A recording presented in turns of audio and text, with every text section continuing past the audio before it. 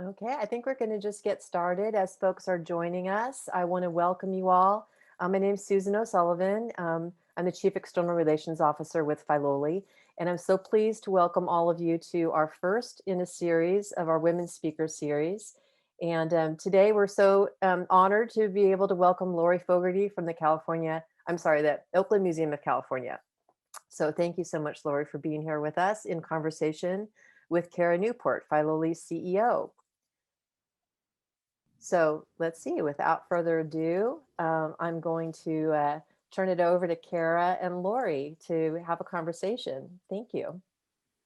Excellent. Thank you so much, Susan. And thank you, Lori, for joining us here today. Oh, my Um, pleasure. Happy to be here. Or yeah, I'm in my basement, but I'm happy to be with you on screen at least. I know, right? So Lori and I have had a few conversations, but we are truly going to treat this today as just an open dialogue. But I wanted to start with a little bit as to why I wanted to have this series. This is Women's History Month. And you know, as I think about my own history and the women that I've worked with, I think that it's really important to talk to women making history today, and hear what's happening out in the world, and to understand where we've all come from, and to see the different opportunities. I frozen? Lori, are you there? I can still see you, Kara, and Okay, well, you're not frozen. okay, good. So I Thanks, think Susan. Lori might have frozen Lori though. is frozen. So I'm just going to keep talking for a minute about women and women making history. So, you know, as I think about women in leadership, we have all worked really hard to be where we are, and to work our way into the various roles that we've had. And the women that paved the way for us are not in the distant past. It's been a generation or two generations, and so we will. There's Lori, Sorry. she's back. I'm just talking about women, so it's good. We're Well, good. I haven't lost my internet connection for a while there, but it just lost me. That's So okay. apologies. Keep That's going. okay. So, so I think that what well, and I actually, now that Lori's back, we'll just dive right in. What I really want to start with Lori is to hear, Lori, how did you, what was your path on your current role? How did you get there, and what women helped pave the way for you to make that happen? Yeah. Well, thank you for the question. I do not have a traditional sort of route to becoming a museum director. I think, Kara, actually, like you, professionally, I started in development and fundraising. And that was just, a kind of a lucky chance. I will say, kind of growing up, I think a lot of what paved my way as a leader and somebody who was ready to pursue opportunities was I'm the fifth of five children. I have four older brothers. And so I'm the only girl and the youngest, and they're all quite a bit older than I am. And they're all extremely accomplished in their professions. And I think I grew up both seeing great success and having that sort of, expectation set, but also, believing that I could pursue whatever I wanted to do, and really having that strong encouragement. And I have always been involved with the arts. I mean, from a kid growing up, I was a museum kid, and also very involved with the performing arts. And I went to school at Occidental College in LA, which has become more well-known since it was also where Barack Obama went for a couple of years before he went to Columbia. He was the year ahead of me, and I did not know him. So tells you what a clueless freshman I was while he was there. But I was in LA and had the opportunity right out of school, right out of college, to work for a large performing arts complex, the Music Center, that people may know. I was involved, when Mrs. Disney made her gift for Disney Hall. I was there at the museum at that point. Actually, it's a funny story because it was 1988, and the way we informed the board that this major gift had come in before it went out on the front page of the LA Times was via it wasn't even fax. It was, what was it called? Telegram. We sent a telegram to our board. Telegram. Yeah, crazy. But then I had the opportunity, I moved up to the Bay Area and started work at the San Francisco Museum of Modern Art and was doing fundraising and development, and just was given an amazing opportunity after 7 years. We were still in the Veterans Building on Van Ness. At that point, it was before what I still think of as the new building, now is the old building, the Mario Botta building, but had the opportunity to move into a more senior administrative role. And I was just given a really, a real break at an early and pivotal point in my career, and took that role on. Did that I was left SF MoMA as senior deputy director in early 2001, and went to the Bay Area Discovery Museum, a children's museum in Sausalito. And that was a chance to learn to be a director in a smaller institution, in a children's museum, which is such a joyful place to be. And also was involved with a major transformation there, a big building campaign, campus renovation and fundraising campaign, and was there for 5 years. And then this opportunity now 15 years ago opened up at the Oakland Museum of California. And I would say, there are many women along the way who served as mentors, as inspiration, as coaches. My early bosses at the Music Center right out of school I had 2 female bosses there that just made an enormous impact in my early career. I had colleagues at SF MoMA. The first development director I worked for there was a huge inspiration, and male and female mentors along the way, but always women that I think were able to kind of take me under their wing at critical points and give me the encouragement to know I could move on to the next step. Do you think, as you mentioned, I was development as well, and my path was a little bit more conscious. I researched it and found that 80% at that point of people in development were women, and I thought, well, good, I can be successful in that area. Do you think that your career was helped by working with other women in a women-rich field like development? Yeah, absolutely. I think very much so. And the women that I often worked with, especially early in my career, often started as volunteers. Were volunteers and then transitioned to a professional role. So they were themselves, seeing opportunity that for, a generation that, preceded me didn't have as many opportunities, and really saw development and nonprofit work and, work in the arts and in a place like a performing arts complex or a museum as a chance to exert a leadership position, sometimes paid and sometimes unpaid. Mm-hmm. So I hadn't thought about it that way, but I think you're really right. So 15 years at your current role, and the last one, I don't know, maybe that one counts as 15 and it's yeah, exactly. There's dog years and then there's pandemic years, right? Exactly. So tell us a little bit about, what you have seen as the path in the 15 years that you're there, and where you see the future. I know you've got some great projects coming online, and I know everyone would be excited to hear about that. Yeah, it's funny when I think back over these past few years, it certainly didn't feel like a kind of, straight line and a sequential sort of series of developments. And it's only looking at it in hindsight that I can kind of see how this path has been forged. I was attracted to come to the Oakland Museum of California in 2006 because we were underway with we were at the very, very early stages of the first major renovation of that building and campus. At that point, it was over 40 years old. And if folks know the Oakland Museum of campus, it is really an extraordinary indoor-outdoor campus. It was designed by the Pritzker Prize-winning architect Kevin Roach, the landscape architect, and many in your circle may know of Dan Kiley's work. I mean, they were really 2 of the great mid-century modernist architects, landscape and building architects. But it's owned by the city of Oakland. It had operated as a city department for many years, and it had really gotten a little tired and a little, the building had seen some wear and tear. There had not been a lot of enhancements to the visitor experience for a long time, including in the collection galleries. And our core galleries are a total of 90,000 square feet, so big spaces. So I was attracted to come at that time to transform physically, which from my experience at SF MoMA and the Bay Area Discovery Museum, a physical transformation is also a chance to really transform organizationally.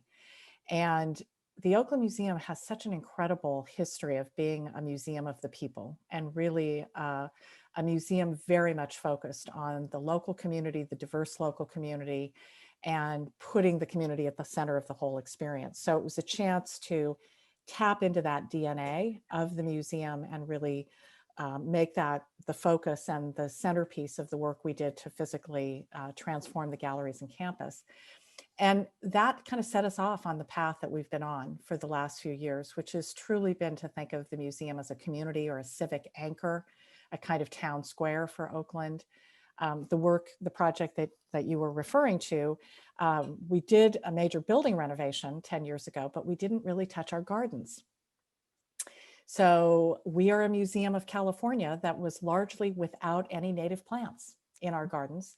And we didn't use and haven't used historically. I mean, the gardens have been a great platform for programming and for events and for community festivals, but they hadn't actually been part of the interpretive experience or really linking the content of the museum to the gardens themselves. So we have had a kind of strangely coinciding with this pandemic, a major construction project. We launched at the end of February, a redoing of all of our gardens, really focusing on California's biodiversity and having each terrace of each level of the museum reflecting a different biosphere in California, adding 2 new entries. So we're connected with, if people know Oakland at all, Lake Merritt, which is kind of Oakland's city park. That's right across the street from the museum, but the museum was largely invisible from Lake Merritt. So making a strong connection to Lake Merritt and then redoing our cafe and creating an entry right off the street into the cafe. So we've been underway with this project that we hope will now coincide when we are able to safely reopen sometime this spring. We'll have this amazing new offering of our gardens and new entries and new cafe. So I'll stop there because that's where we've been, and lots of thoughts about where we may be going. Yeah, and let me segue a little bit, and then we'll wrap back around to this. Yeah. I think so just so the audience knows, one of the ways that Lori and I have connected is through our collective work on the Facing Change initiative, which is the initiative of the American Alliance of Museums, specifically designed to diversify our museum boards. And but for us at Filoli, it has meant so much more than that. It's really been transformational for us as we've used the last year to really focus on diversity and inclusion, and a little bit of, we're newer in it, but kind of a similar path in that we now are really viewing Filoli as a cultural center, right. And a place for the community to gather. And I think that during the pandemic, that really came out for us. And I think our stories parallel in such an interesting way because we naturally have 6 different biomes at Filoli. Right. So right. I think there's a lot of similarity in our journeys, but talk a little bit, or a lot actually, about diversity and inclusion and how it's really influenced the path that you're on now. Yeah. Well, it's again such a core of our work, and some of that is we're in Oakland. We're in one of the most diverse cities in the country. We were a city department, and we're founded as a city museum, and so there's always been this very deep commitment to reflecting the diversity of our community. And as I said, in the last few years, we've really deepened that even more.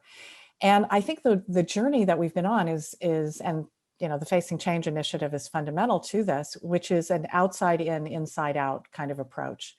So thinking about our external, our programming, our collections, our audience development efforts, our community partnerships, the work that we do externally has to really be grounded in work that we do internally, thinking about our own staff and board diversity, our own policies around equity, our own culture. Over the last few years, one of the things we have focused a lot on is articulating and measuring what we call our social impact. I mean, what you were just describing is seeing Filoli as a community center. And we had, over the years, more and more seen the museum take on a very different role as a civic anchor.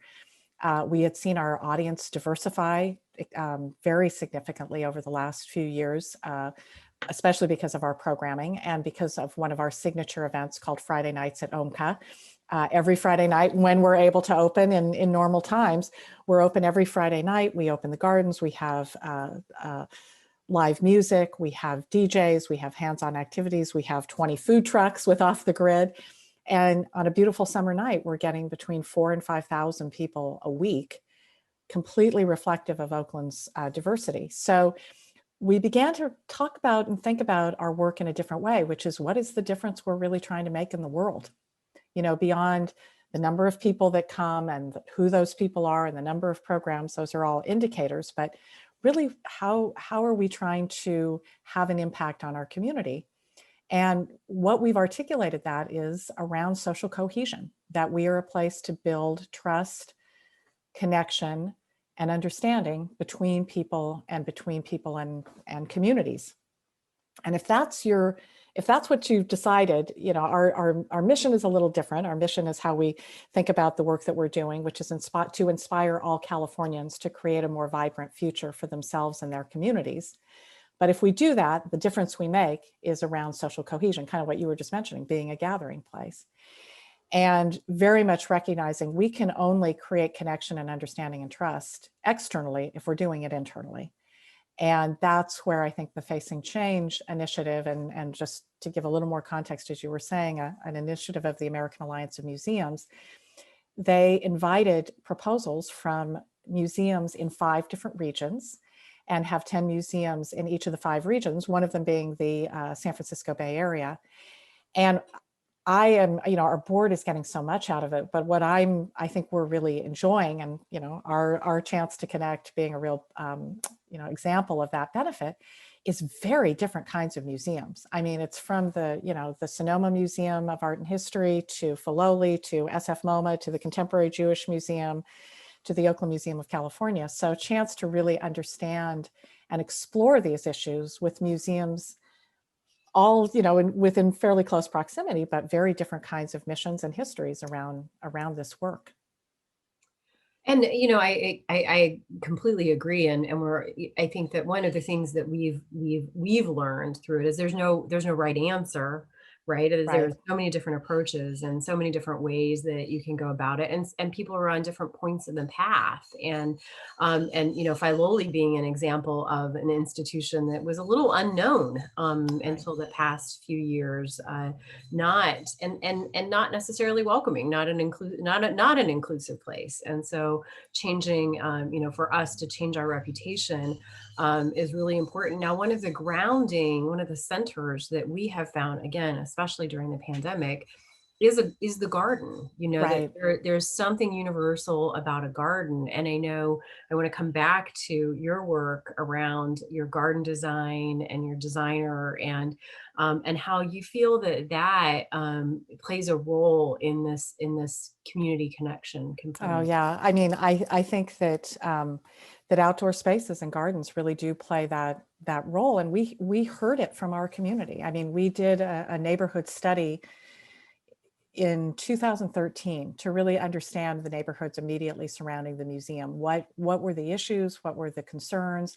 How could the museum play more of a role in engaging with our local communities? And I mean, really the neighborhoods right around the museum, which are, among the most diverse in Oakland. I mean, we're adjacent to Chinatown. We're adjacent to the Fruitvale district, right near West Oakland. And one of the things we heard from our community is the need for green space, the need, and that both that need in an urban setting like Oakland, but also that is a place where people feel comfortable coming together. Mm-hmm. People of all, different backgrounds. So we all of a sudden saw our gardens as this new kind of asset not just as a, beauty and the connection content wise to California, but that it could provide a point of entry for a lot of our neighbors and our communities. So we are working with the landscape architect, Walter Hood, who is an Oakland-based landscape architect. He's lived and worked in Oakland for 25 years. He's also a distinguished professor at the University of California, Berkeley. He's a Black man who really thinks about landscape as a reflection of place, of history, both cultural and natural. And what he's really known for is engaging with those, the place itself, its history, its people, and the local community to think about how to transform a landscape into a place that really reflects all of those kind of core needs and values. And so we started working with him several years ago, and it's been a journey in and of itself, but he's just been the perfect person to be our partner as we think about this work. Has there been any enlightenments that he has brought to the table specifically, or the process has brought to the table about making sure that in the design process that gardens do have this inclusive spirit? Was there any aha moments? Well, there were a couple. I remember early on having the conversation with him, and he kept referring repeatedly to the space as sculpture garden, as our sculpture garden. We do have sculpture there, and we've actually done a major reinstallation of our outdoor sculpture as part of this project. But I finally said to him, I said, Walter, we do have sculpture, but I don't think of it as a sculpture garden. I think of it more as a town square. And I think that when we kind of got together on that image, that really changed the way we thought of the space and its uses. And his big brainstorm, again, if folks know the museum, it's a brutalist building. We are completely surrounded by, large concrete walls. And what had really changed in Oakland was the use of Lake Merritt. Lake Merritt, again, is Oakland's, kind of city park, but it had also run into some hard times over the years. And there was a city bond measure several years ago that did a lot of restoration and renovation of the lake itself and also the paths and areas around it. And it's now just, every weekend, hundreds of, walkers and bikers and barbecues and kids.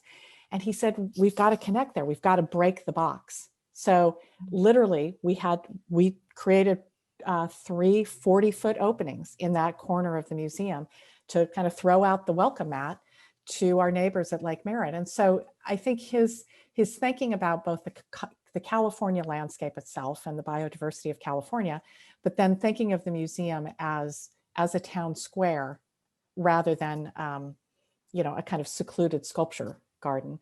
I will tell you the other thing that was for both of us a real eye-opener was the 2015 NBA Warriors win and championship, and the celebration that happened literally right outside those walls at Lake Merritt. And the museum, 1 million people around Lake Merritt and in downtown Oakland, and the museum was invisible. Mm-hmm. And that's what we had to change. So, yeah. There's, like you were saying, the well-kept secret that Filoli was, the Oakland Museum of California has that aspect as well. Mm-hmm. Yeah, and interesting how architecture contributed to that. That's right. An unintentional consequence of the very stylistic design of the structure. We'll be talking about architecture in our next Women Speakers series with Naomi. So that's an interesting component as well. And another way you're engaging community, which is one of the important aspects of Filoli, is that we're not just a garden or a museum. We're also a living estate that has had production for over 100 years. And so we have an apple orchard, we have pears, we have a lot of stone fruit, a lot of different, in fact, our fruit collection is our largest plant collection. So how is food making a connection for you? Because we've heard some exciting news. Yeah, no, well, and it is interesting. The aspects of community building, food is at the very center of that as well. And I mentioned our Friday nights, and I think that was just a game changer for us when we launched that in 2013. And that was as a result of the partnership with Off the Grid, the food truck, entity that that does their work at the Presidio and Larkspur Landing, many places around the Bay Area. And that just made a huge difference to us to be able to offer that as part of Friday nights. We're now really pleased. We as I mentioned, part of our renovation is a enhancement to our cafe and a new entry right off the street into the cafe. Otherwise, it's kind of had been tucked into the museum, and you couldn't access it without the museum being open. So we put out an RFP, and we are thrilled that Tanya Holland of Brown Sugar Kitchen fame, an Oakland-based restaurant that has had lots of acclaim. Tanya's a Black female chef, and just an incredible person, and has had great success. And she responded to the RFP, and we have selected her, and the restaurant will be called Town Fair by Tanya Holland. So we're hoping as well that Town Fair will be opening pretty much on the same timeline as the museum sometime this spring. That's really great. Yes. And what a great name, like kind of contributing to that town center Exactly. sort of feel. I mean, she really seems to have gotten your goal there and your hope. Yeah, exactly. And what Brown Sugar Kitchen is known for is soul food. Of course, she does the best chicken and waffles and gumbo. And I'm going to make my mouth water here as I talk about her food, but it's delicious soul food. But she wanted to do something different. She wanted to kind of change it up. So there'll be some of what she's known for, but she, with Town Fair, really wants to celebrate the diversity of California and Oakland cooking, all different kinds of cultures. So we're excited about that as well. That's really great. I mean, we're already planning a field trip. So I know. Well, and the house is open. So now when Susan was sharing about all of the spring blooms that are happening and the tulips coming out, I was starting to look at my calendar and block off a day to come down. Absolutely. Yeah, do it. Absolutely. It's time. And this is the time of year though that we really, Filoli is beauty. This is the moment that we do just take a pause and celebrate the beauty of the moment. And boy, we all need it right this moment. It's been a year. It's been a tough year. You've been closed for a year. That's right. Right. Yeah. You March 12th. Yeah. March 12th that we walked out of those doors thinking, maybe 2 or 3 weeks, maybe a month. Nobody ever walked out of there thinking it would be a year. No. How do you think the pandemic has affected, who you are and what you're going to be and how you're emerging differently? I know at Filoli, it's really changed our self-perception, our community perception in so many positive ways, in a way that kind of getting back to the basics, the garden, making that central in the conversation, food production, plants. Those are really have been our core conversations for the past year. And we like it. We're going to keep focusing on that. Also, just being a little bit more simple in our operations has been really, really good for us. And we're using it as an opportunity to rethink education versus interpretation. And really making sure that those things are serving the people that we want to serve, that they're accessible and they're available to everyone. So there've been some silver linings, as we call it. Do you what's yours? What have you? I mean, it's been there are definitely positives that have come out of this. I mean, I will say, the overlapping of a health crisis, an economic crisis, and then a national reckoning around race. And again, in a place like Oakland, the protests for racial justice that began, with George Floyd's murder last May, deep and profound impact on our institution and on our staff and on our community and many of our community partners that we work with. We've actually been quite involved over the last year, as the museum has, in supporting what we call Art for the Movement, the preservation of the murals, the protest art that sprang up everywhere in downtown Oakland on plywood boards in front of storefronts. And so a lot of work with organizations looking not just to preserve and exhibit that artwork, but also that artwork becoming a platform for conversations around truth, reconciliation, racial justice. Our own staff has done deep work, as has our board. So you mentioned the Facing Change initiative and how transformative that is. And I think that it happening this year, the fact that we are diving so deeply into this initiative, I think our board members see it, it's not an abstract anymore, right? It's not just, oh, the museum or the organization should take these steps toward diversity. It's personal, deep personal individual work, which is where I think real change begins. So that's been a big part of it. You mentioned, or Susan mentioned earlier, the digital engagement, what we're doing today, right? When all, for us, our entire experience, our content, our programming, our engagement, our, marketing is all has to happen through a screen right now. So it's forced us to think in new and different ways about digital engagement and what pieces of it, we want to be back with our visitors physically as soon as we can. But I think people have the expectation now that there will be new ways to engage. So we're thinking a lot about that. And we're, like you are, I think, as well, we're thinking about what our community needs right now in terms of healing. I mean, I just think people do need these spaces, do need these institutions to come back when they feel safe and are ready to gather, which certainly happens, with outdoor spaces sooner. I think our institutions are going to be so critical to people being able to come back and connect. It goes back to connection again. I really liked what you said about this making, this past year and the situation that we're in, making it more real and current. I know that in our core group here of 10 institutions in the Bay Area that we're working with on the Facing Change initiative, a lot of institutions have been working on diversity and inclusion for years. This wasn't a new topic, and it's not a new conversation.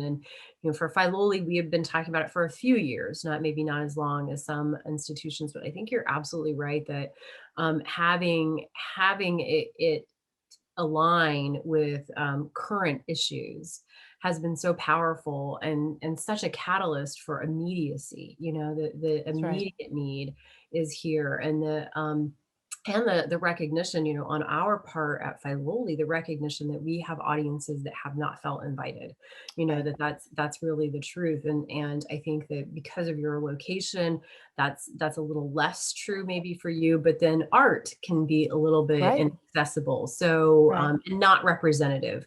So I think that there are, the need has just been so clarified for all of us right now, and just using it as that transformational moment has been really important for us at Filoli, and I know for absolutely. No, I mean, I've admired all the work that you and your board leadership has pushed forward. Looked at your own DEIA plan as an example for us to take a look at as well. Yeah, I think it has. I think it has challenged everyone to look at really, again, the personal, the individual. I said last summer, I've been on the steepest learning curve of my life, really, just trying to understand in a deeper and a different way the issues around anti-racism and the systemic, history that we have in this country. So it is, and it's, it's required that we go deep in it because we are, constrained in other ways, but able to engage in some of these issues more deeply than we would have had it just been a business as usual year, for sure. Well, one of the things that I think a lot about, and again, this series was really built on the importance of it for me, is the relationship of women and women's issues to all of these things that we're talking about. Of course, we had the Me Too movement, but that was kind of last year. You know what I mean? Right. Like it's been supplanted by even bigger issues, but it's still so relevant. And one of the things I've said is that an organization is going to have a difficult time approaching diversity, equity, accessibility, and inclusion if they're not accepting of women.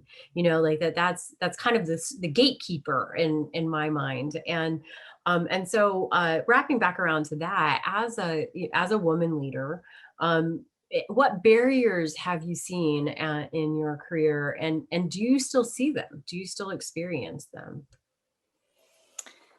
Yeah, fascinating. Fascinating. I mean, I think, I'm of the generation where, as I said, there were not a lot of models for me growing up of full-time, working women professionals. My mom was a full-time homemaker. God knows with 5 kids, she worked harder than I probably ever have. But I do think that, some of it was our own perceptions because we didn't have, a lot of role models. So I would say some of the barriers have, just honestly been my own confidence at different points and, pivotal points about, am I ready? Am I good enough? The famous imposter syndrome, right? So that's some of it. I would say, there definitely been points in my career where there were assumptions made about my capacity. I remember once in an interview, actually a board chair saying to me, "Are you tough enough for this position?" Because the expectation was leadership looked like command and control and looked like,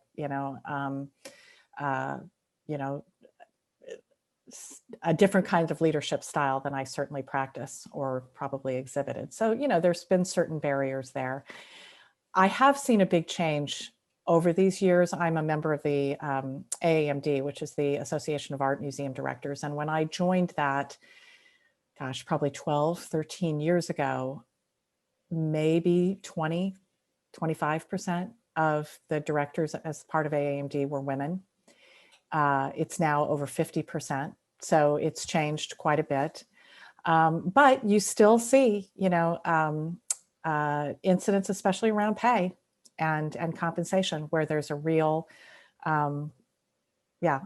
difference. And where women continue to have to try to learn how to express needs in a way, or demands or requirements around compensation that and how that's perceived, sometimes in the workplace. And I hear that still now from my colleagues who are directors in other museums, what they've had to, kind of fight for on that front. So the barriers aren't all gone, that's for sure. But they're certainly lower than when I was coming up, I think. That's great to hear about the art museum world and in the public garden world. We're still at that 30%, maybe heading toward 40% mark of the garden leaders. But the other statistic is that 70% of our staff are women. So there's also an imbalance of the, so it's not just 50-50. It should be 70-30 in the other direction if we're really looking at both our attendance and our audience and then also our staff. So, from my perspective, I think we got a little ways to go on the representation front. But I agree. I think that there's a shift right now. And I think that it's, and I think that that's important because I think it is a gateway. I think that while also in public gardens, you don't see diversity at all and really in the leadership positions. But I think that having more women leaders is going to be a gateway to that opportunity, that's going to happen a little bit more naturally and hopefully more quickly than it took us to, that's right. to find our way into these roles. That's right. I agree with you there. Yeah, I agree with you. Yeah. So let's see if there's anything else I haven't asked and see if we have any questions. So one question that has popped up is about opening. So Filoli, I can tell you we're in San Mateo County, so a little bit different than where Lori is. We were able to open the house and garden over the weekend. The garden's been open all year since last May. So we've been very fortunate in that. And then the house opened this past weekend. Of course, we have restrictions. And I know you had mentioned spring, but can people still join and be members? And yes. Online content. Tell us about that. Well, first, congratulations on opening the house. That's fantastic. And yes, I mean, thank goodness for these, for our parks and gardens that have been able to, be open during this time period and so that we can all stay sane. I'm a frequenter of the East Bay Regional Parks, and it's been a godsend to be able to have that kind of access. We had actually planned to open in the middle of November. We had announced our opening, and 2 days later, the highest level of shelter in place went back into effect. At this point, at that point we were still going to be under construction. We're so close now that we're looking at maybe timing our opening to the actual full completion of the construction project, all the signage and all the wayfinding, et cetera, so that when we open, we're done, and can really unveil that. But in the meantime, folks can become members, where you just go to our website, museumca.org, and we are doing lots of virtual programming for members. It's a great way to also just support, us being able to weather this time. And so Alameda County has been, kind of one stage but behind San Francisco pretty consistently. We're still in the purple tier. We're not in the red tier yet, but hopefully in a few weeks we'll be able to join the ranks of those of you who are open, even with restrictions, which we know will continue for a while. That's great. So another question that has popped up here is, have you, do you have any advice for, I guess, for women coming up in museums and museum leadership? And, we talked a little bit about how we see a shift in the demographics, but what would you tell someone who's new and coming into the museum world, and how they can be successful? Well, it's a great question. I think, I'm a firm believer that leadership happens at all levels of an organization. And I think that's actually a quality of female leadership, is to encourage and mentor that. And more, especially as we're rethinking how we, how we become an even more equitable and inclusive organization, is how to foster that kind of, structure, or organizational structure and culture, where it's not top down, it's less hierarchical. There's more kind of, cross institutional collaboration. And I think that there are plenty of opportunities for people to find projects, initiatives, teams where they take on a leadership role. And when I look back at my career, the real pivotal moments are when I stepped outside, just kind of doing my business as usual, and took on a project and really demonstrated value. And for example, at the San Francisco Museum of Modern Art, as I was mentioning, I was in the development department, and you'll probably appreciate this, Kara. We were at a point where we really needed to update our strategic plan and have a new strategic plan. And we needed it for fundraising, because, it's just a critical tool to talk about, the direction of your institution. And I volunteered. I said, here, I'll kind of project manage this, and had that opportunity to then be, have an influence more broadly across the organization, get to meet trustees, just to demonstrate leadership in a way that my traditional role might not have allowed me to. And that became a kind of, stepping stone to a different role. So I would say, find those opportunities where you can really show leadership, no matter what your level of, within the organization. There are always superstars that emerge, and the leaders of organizations are looking for them, I would say, don't you think? All the time. I think so. Absolutely. Absolutely. We always need someone to take on a project, right? Yeah. And just to really show that, and the folks that do and really, gain the trust of their peers, then are the ones that are encouraged to take that next step. Let's take another minute here, though, because you've reminded me to talk about strategic planning. And I want to tell you, I don't know if you knew this, but the title of Filoli's strategic plan is Creating a Vibrant Future. So, oh my gosh, a little bit like your mission. Yeah, so, that's great. So that was our first, Filoli's first strategic plan, which we launched, and we did the work in 18, and it started in 19, and it's a 5-year plan, and it has been such an important tool for us during the pandemic. It's been something that we've collectively as a staff hung on to, and really allowed it to be our guiding document. And I'm sure that you have a strategic plan right now, and or if not, you might be in the middle of it. And how have you used that, or have you had to retool it during this time? Well, it's very interesting, because we completed our strategic plan in 2014, and so we were, late last year, late 2019, thinking, okay, this is the moment that we need to, renew this and figure out the next step. Actually, a lot of what we are doing, have been doing, was laid out in that strategic plan. So the campus plan renovation, that has of course been accompanied by a major $85 million campaign that was not only supporting the capital renovations, but operating support and growth of our endowment and investment funds. So a lot of what was kind of culminating in 2019, 2020 was laid out in that strategic plan. We did not have, year 6 being a pandemic. we kind of put it all on hold because of course everything was so uncertain. Now a lot of what was in there is still grounding us in terms of values, mission, et cetera. But we're looking at actually coming out of this period and beginning this summer and fall to look at our next strategic framework. And I think it'll be a next phase, because as we said, I don't think many institutions are going to come out of this moment and just go back to business as usual. It, I think, has caused us all to think in new ways about what does our community need, and what role can we best play.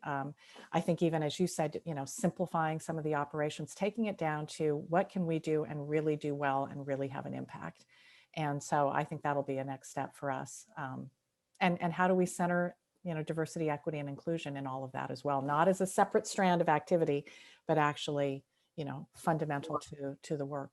Absolutely, absolutely. So, so you're reopening. You'll have your outdoor space. Are there any other exhibits or exciting things on the horizon for you there? Well, it is funny, actually. I can't believe I haven't mentioned this before with the theme of this panel. The exhibition that we would have opened last April was called Hella Feminist, about the history and waves of feminism, centering Oakland, but also, history. It was the 100th anniversary of suffrage for white women.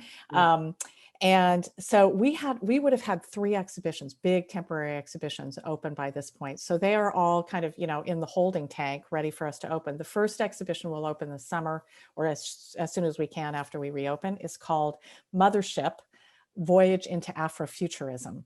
So that will be, quite incredible. And the whole idea of imagining a more vibrant future for the Black community. I mean, that's really, that's what Afrofuturism is all about. So that exhibition will open. We have a beautiful exhibition planned around the ceramicist Edith Heath, another female artist, and not only a female artist, but Heath Ceramics, great California story of female entrepreneurship as well, and then Hella Feminist. So those will be the 3 exhibitions. We'll open as quickly as we can in the next several months.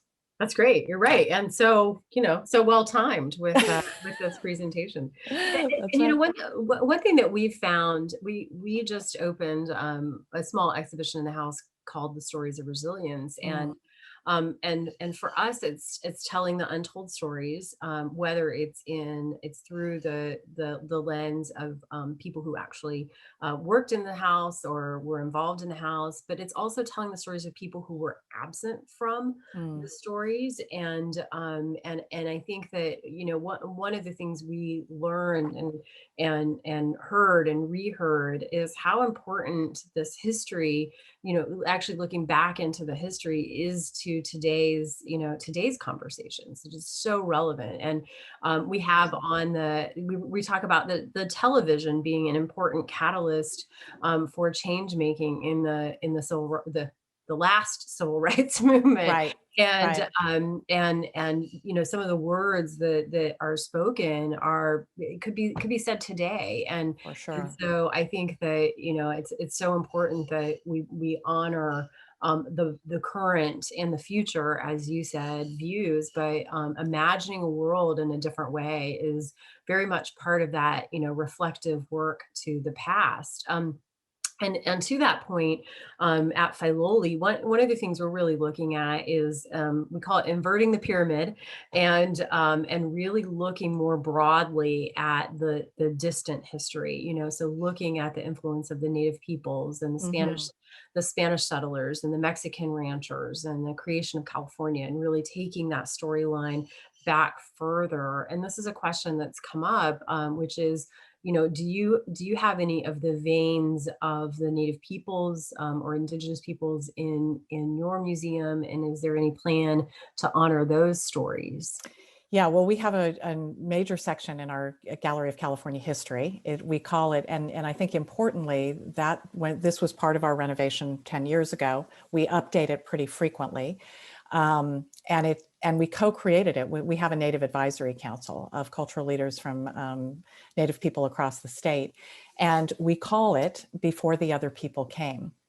And that was a phrase that our Native Advisory Council really shared with us. I mean, we were calling it First Peoples when it was in the kind of design phase. And they said, well, we weren't the first people. There were the animals, there were the plants, and we said, well, what would you call it? And they said we would call it Before the Other People Came. So it's a beautiful section in the History Gallery. We actually redid a section around Native genocide in the History Gallery just last year. That was a story that, certainly as a longtime Californian, I was not aware of the extent of that. And our council again said this is an undertold, as you're saying, story that needs to be uplifted. So we are, as we reopen too, we're updating and reconstructing our land acknowledgement, again, in partnership with our Native Council, to really fully not just acknowledge the tribal lands that were, unceded tribal lands that the museum rests on, but also that kind of history of how museums have, that kind of been complicit in how the Native story is told or not told. So we're really fortunate to have a deep collection of California Native material and to have partners that we work with very closely in presenting and interpreting those collections. That's really wonderful. And I think that, at Filoli, we can probably learn a lot from you, and we can come visit you. Yes, and maybe talk to your council, because we're just getting started in that. We know we have an Ohlone Village site on the Filoli property, but we don't have a lot of other artifacts or ways to tell the story. So we're going to be looking at ways to tell it through programming and events and other mechanisms of interpretation. But I think partnering with and allowing that conversation to be shared is really important. And I think, that's what I've learned so much in all of the discussions around diversity and inclusion, is that this is going to need to be a shared solution. And we're going to have to collaborate, and we want to have these conversations and be places for conversations and be places that are imperfect about the solutions too. That's right. That's right. No, I think if we've all learned anything in the last year, it's humility and just how much we have to learn. And as you said, people are on different places in this journey, and that's okay, as long as we're on it, and how we can learn from each other, and how we can, how the partnerships can be truly reciprocal, that they're not just about serving the museum, but, having us think in new ways about what we can do to support our communities. So yeah, it is a journey. Yeah. Spoken like a true woman there, Lori, and the collaborative. That's true. Collaborative way. I love it. That's true. That's true. Yeah, there's that whole vulnerability thing, right? Yeah, exactly. Well, which I think has certainly served you well, and you have done great work in your role there, and it's a true honor to spend this hour having this conversation with you, and I can't wait for more. I can't wait to see where it leads us. Me I too. can't wait to come see your garden and see all the things that you're doing. So, well, congratulations, Kara. I've really appreciated getting to know you through the Facing Change initiative, and you're doing great work there. I've heard, how you've had a tremendous visitor community response to the gardens over the last year, and I'm happy to be part of this conversation, but also, to continue the work that we can do together.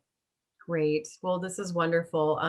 So anything I didn't touch on that you wanted to say? You think we've covered it? I think we've covered it. I think we've covered it, and I hope we got to everybody's questions. Thanks for the good questions to your audience, and bring on the tulips. Yeah, right. Yes. Come visit us soon. And I'm going to turn it back over to Susan to wrap us up here. Thank you so much, Lori and Kara. This was a really interesting conversation, and I learned so much. And I'm so excited about the partnerships that that Facing Change is helping us form with our fellow cultural organizations here in the Bay Area. There is so much that we can learn from each other and share with each other, and this is just the beginning, I think, of a beautiful relationship. So I want to encourage our guests to visit the Oakland Museum of California's website, become members, support them, and also please visit Filoli if you can. Visit us in person, visit us virtually. We would love to be here for you. I think that those of us in the museum and gardens world want to be a place of healing and respite as we all get through this difficult time. So thank you all for joining us, and a special thanks to our panelists here today. And we'll see you all next time.